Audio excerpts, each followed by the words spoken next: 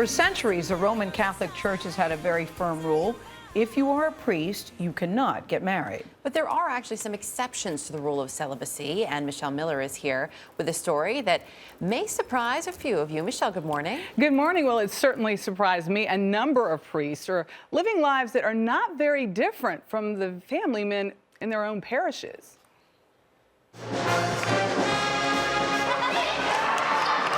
It's Friday night in Denver, and Doug and Lynn Grandin are watching the Lady Buffaloes shoot for a 12-0 record. Their twin daughters, Heidi and Kristen, have spent hundreds of hours practicing. Their parents have spent that time praying.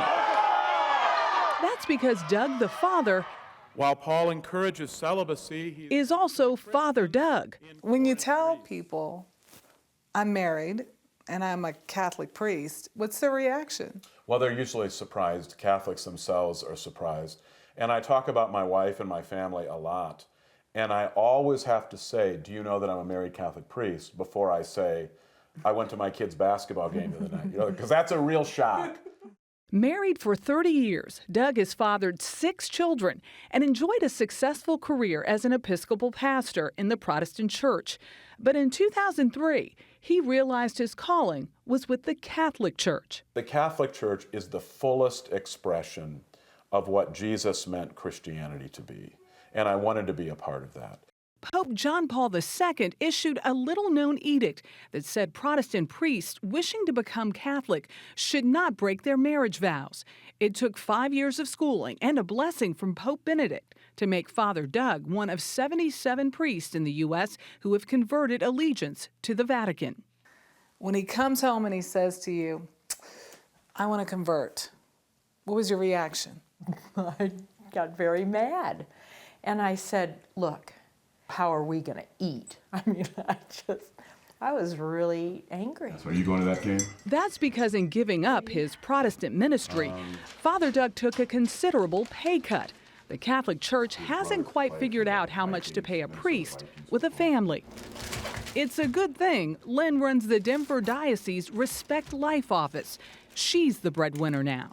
How you doing? Last June, Father Doug joined his new parish, the Church of the Risen Christ. The 45-year-old congregation hosts 3,200 families. Don't be too hard on him. Monsignor Ken Leone, the former pastor of the church, says his parish had never heard of anyone like him. When they heard about a married priest with a wife and 6 kids coming, one lady said to me, well, I'll never go to confession to him because don't you know that husbands tell their wives everything? My hope is that as men come in like this, we look at the man. We don't look at the fact of whether he's married. I think God bless him.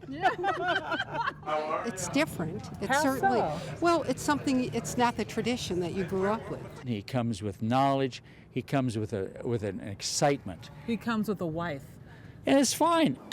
Father Doug says his marriage in the church gives him a unique perspective.